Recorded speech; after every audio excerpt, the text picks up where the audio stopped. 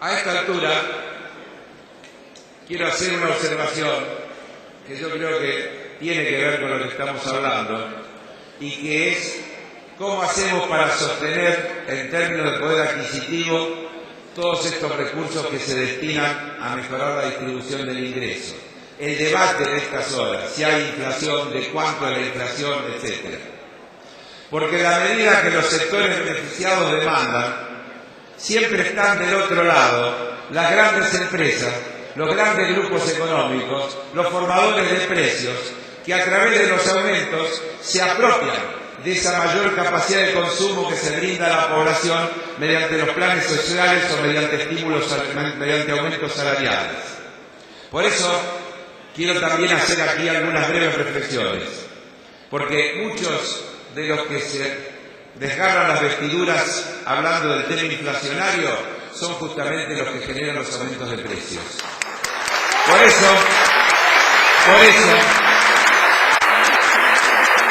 no hay que escaparle a la discusión. Hay que aceptar discutir de inflación. Yo creo que es un error negarnos a discutir de inflación. Porque, como me gusta decir a mí, la inflación es a la economía lo que la fiebre a las personas. Nadie se enferma de fiebre. Cuando uno tiene fiebre tiene un síntoma. Y entonces va al médico para que el médico diga de qué está enfermo. La economía no se enferma de inflación. La inflación es un síntoma de que algo no está bien.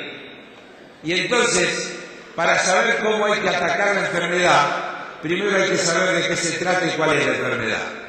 Y ahí aparecen todas las teorías y vuelven algunas que en realidad deberían estar absolutamente perimidas porque ya han estado fracasados y son las responsables de lo que nos pasa. Han tenido impacto devastador en nuestros países. Y no solo en nuestros países en la región y en los países en vía de desarrollo, en los de ellos, en los países centrales. Miren la crisis brutal a la que la aplicación de esas políticas los ha llevado. Pero siguen en boga y vuelven porque tienen espacio, porque tienen por dónde llegar, porque tienen por dónde generar sentido común a través de la difusión de esas ideas. Por ejemplo, y después seguramente Mercedes podrá hablar del tema, se habla del desenfrenado aumento de la emisión monetaria como causante de la inflación. Miren, en lo que va del año, la base monetaria, que es donde se centra el origen de la creación de moneda, se achicó, fue contractiva. El Banco Central absorbió más pesos que los que emitió. En enero, 1.000 millones de pesos de contracción y en febrero 4.858. Así que los que dicen que era expansión monetaria no leyeron las noticias, están mal informados o son malintencionados. Ha habido contracción monetaria y aumento de precios.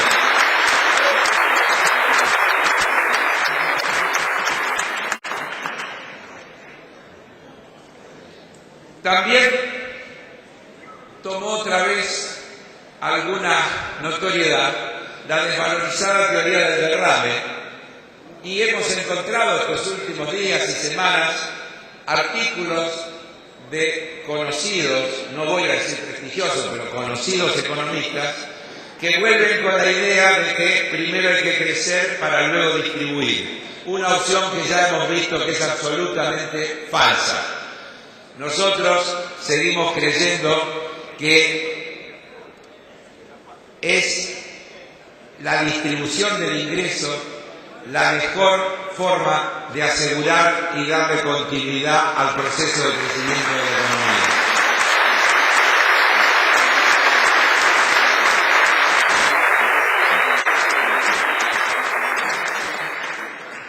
Algunos meten miedo diciendo que la inflación la producen los aumentos de salarios.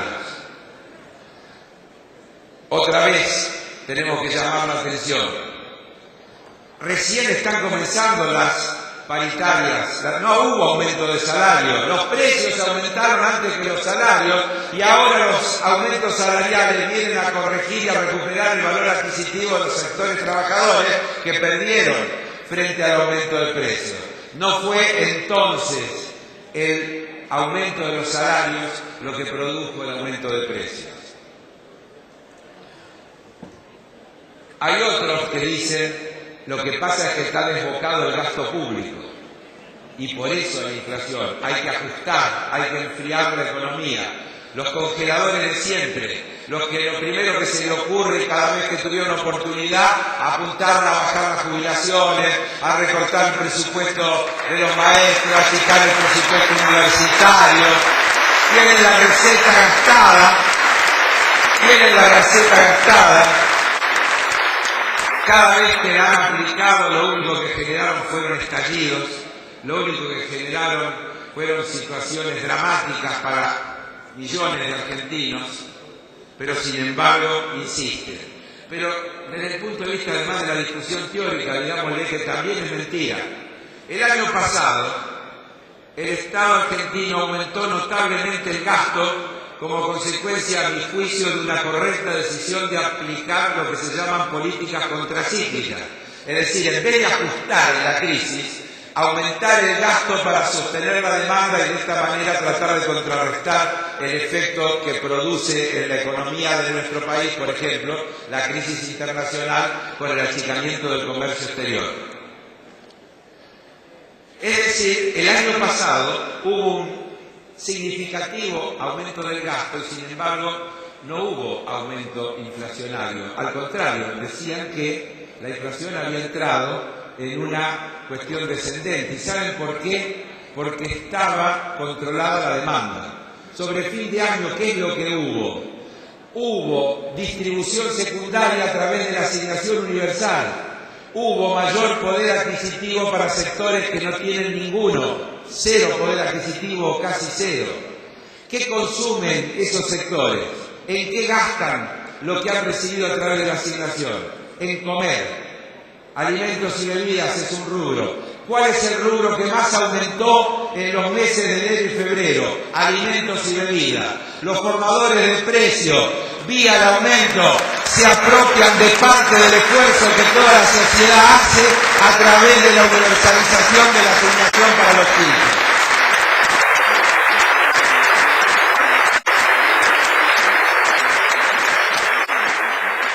Por eso, cuando nosotros hablamos de distribuir, hemos acuñado también una frase. Para darles a los que necesitan, hay que sacarles a los que más tienen. No se puede distribuir de otra manera. Los que hablan...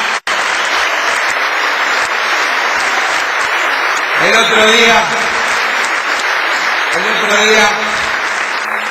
en la comisión de presupuesto, en la comisión de presupuesto de la Cámara de Diputados, en un momento dado, cuando me tocó intervenir, dije, acá hay algunos que parecen Copperfield, porque proponen soluciones mágicas, se la pasan diciendo que hay que mejorar, combatir la pobreza, etcétera, pero quieren eliminar impuestos, bajar impuestos, achicar las retenciones, todo al mismo tiempo. Y eso es magia. Para distribuir mejor hay que sacar a los que más tienen y darle a los que necesitan. No hay otra manera de distribuir. Por eso nosotros decimos que una de las asignaciones pendientes que tiene este modelo es la de encarar una profunda reforma del sistema tributario.